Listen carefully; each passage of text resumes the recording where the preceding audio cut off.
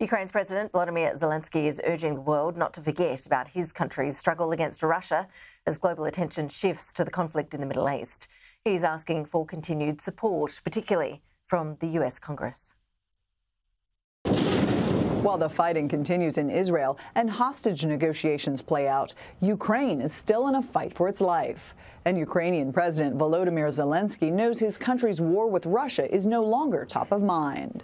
It doesn't help us, but we understand that this is also a challenge for the world, Middle East, the situation in Middle East. A recent AP NORC poll finds that 45% of Americans say the government is spending too much money on Ukraine.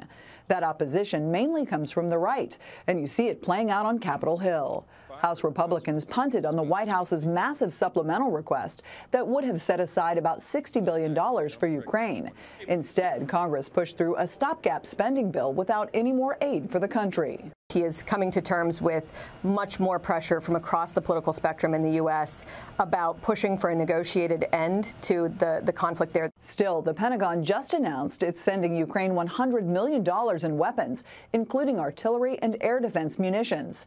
Secretary of Defense Lloyd Austin traveled to Kyiv this week to reassure Ukrainian leadership of U.S. support. This is about making sure that an autocrat cannot overrun his peaceful neighbor at will. GOP leaders in the Senate say they're working over the Thanksgiving break on an aid package for Ukraine that could make it through the House before the next funding deadline in January.